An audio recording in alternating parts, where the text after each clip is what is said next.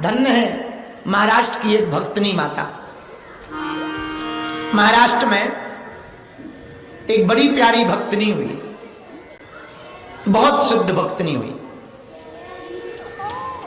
इतनी प्रबल भक्तनी हुई। उपले जानते हो आप लोग हैं? कंडे, कंडा जानते हो?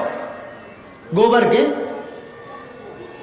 वो जब गोबर के उपले बनाया करती थी जनाबाई, तो महाराष्ट्र में एक ठाकुर जी हैं विट्ठल भगवान, तो वो विट्ठल विट्ठल कहती थी।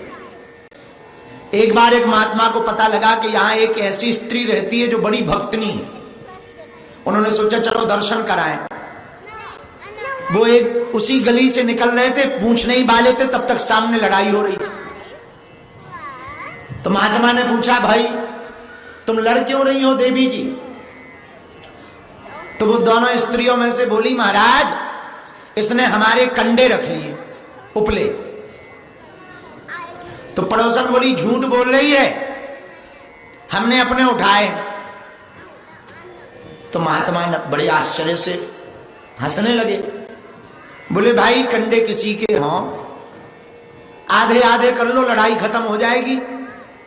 तो भक्तनी माता बोली महाराज कंडे की लड़ाई नहीं है, कंडे की इस बात पे लड़ाई है कि हमारे वाले कंडे इसने ले लिए।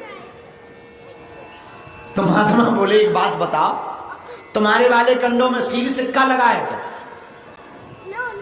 या तुम्हारे वाले कंडे गोबर की जगह चांदी सोने के?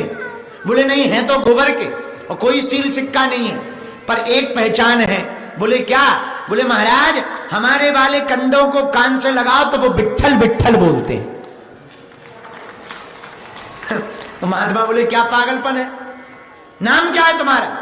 बोले महाराज इस दासी को जनाबाई कहते हैं। अरे बोले हम तो तुम्हारे ही पास आ रहे थे, हमने तुम्हारा बड़ा नाम सुना। अरे बोले महाराज सब ऐसी बेफिजूली का नाम है, पहले हमारी लड़ाई दूर करवाओ, हमारे कंडे हमें दिलवाओ।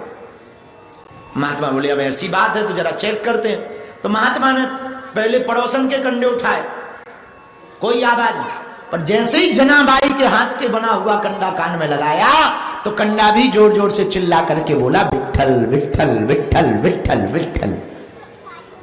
तो महात्मा बोले एक बात बताओ, ये कंडों में आवाज क्यों आती, कीर्तन क्यों आता है? तब बड़ी प्यारी बात जनाबाई ने कही। बोले महाराज जब हम कंडे बनाते हैं तो ऐसे नहीं बनाते, तल्लीन होकर के नाम कीर्तन करते हुए विट्ठल विट्ठल गाते हुए कंडे बनाते हैं। तो हमारे नाम जप का प्रभाव कंडों पर इतना पड़ जाता है कि सजीव जब हम गाते हैं तो निर्जीव कंडे भी विट्ठल विट्ठल पुकारने लगते हैं। बोलो सीताराम, जोर से बोलो। ये नाम जप का प्रभाव है भैया, नाम जप का प्रभाव बहुत है।